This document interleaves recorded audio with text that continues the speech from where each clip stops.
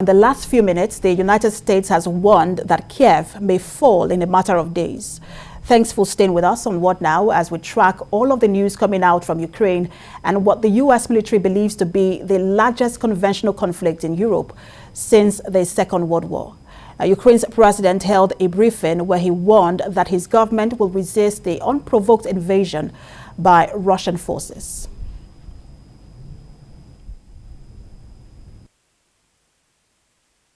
Другий ранок масштабної війни. О 4-й годині російські Ukrainian President Volodymyr Zelensky addressed the nation early on Friday morning, appealing to Russia for a ceasefire. Mr. Zelensky says 137 Ukrainian citizens, both soldiers and civilians, died on Thursday, adding that Russian strikes aimed at both military and civilian targets. The Ukrainian president also spoke to UK Prime Minister Boris Johnson and pleaded with other Western allies to do more to stop Russia's assault. Другий ранок масштабної війни. О 4-й годині російські сили продовжили завдавати. Meanwhile, sirens rang out in the western Ukrainian city of Lviv early on Friday. Satellite images collected on Thursday after Russia's invasion of Ukraine showed damage to fuel storage areas and airport infrastructure in the city of Kyiv.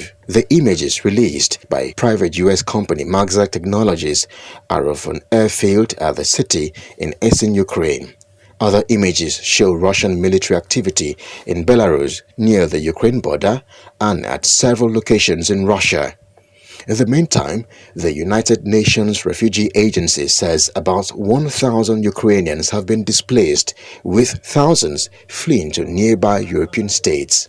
According to a report, Ukrainian forces battled Russian invaders on 3 sides after Moscow unleashed the biggest attack on a European state since World War II, prompting tens of thousands of people to flee their homes.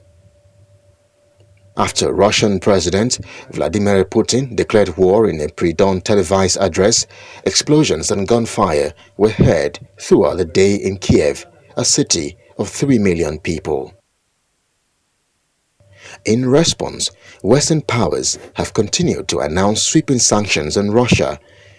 The invasion brought a calamitous end to weeks of fruitless diplomatic efforts by Western leaders to avert a war. EU leaders have also agreed to impose massive sanctions on Russia in areas ranging from finance to transport. It was announced at a presser held in early hours of Friday.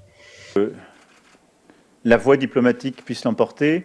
Et je rappelle que sur la question ukrainienne, concerning fossil fuels from Russia is that the instruments are being banned that are crucial to refine the oil. No chance anymore for Russia to refine oil and then sell it. Our assessment as of this morning is that Russia has not taken any of its major objectives. In fact, it is behind its hoped-for timetable. They've lost over 450 personnel. And indeed, as you've said on your report, one of the significant airports they were trying to capture with their elite Spetsnaz has failed to be taken, and in fact the Ukrainians have taken it back.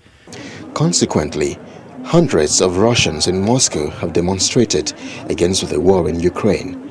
The Russian authorities, however, have announced that they will crack down on any unauthorized demonstrations on their territory.